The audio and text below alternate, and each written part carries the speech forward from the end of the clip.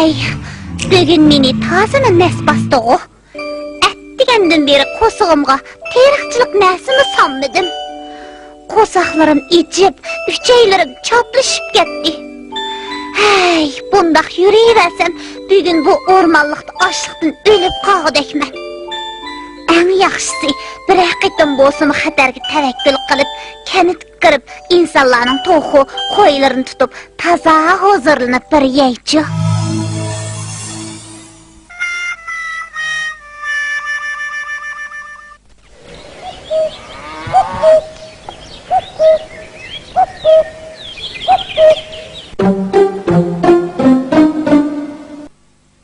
Vaa, go'shgan u.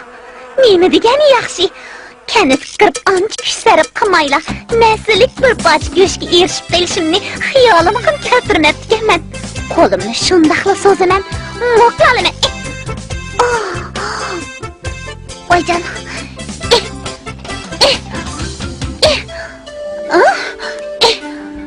Yana bir kuchay.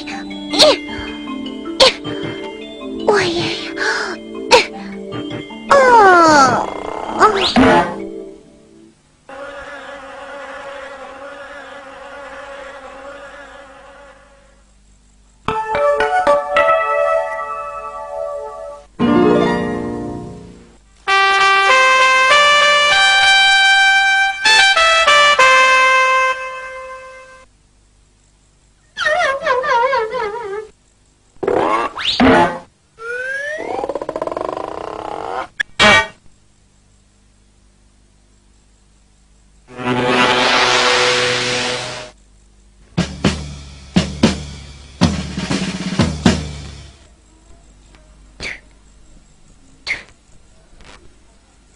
Tayyorlik.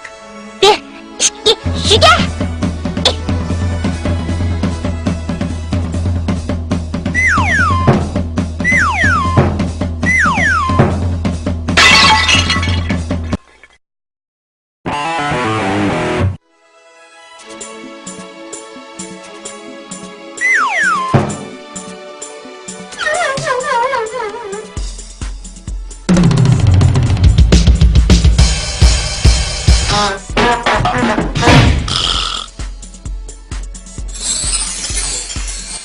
Tulki har qancha qilibmi go'shtni ololmabdi. Oxiri yerib holidan ketgan tulki go'shtga qarab, "Tüy. Nima degan siysiq go'sht bu? Bunda siysiq go'shtga o'zim avorqigacha yo'limga mangaychu."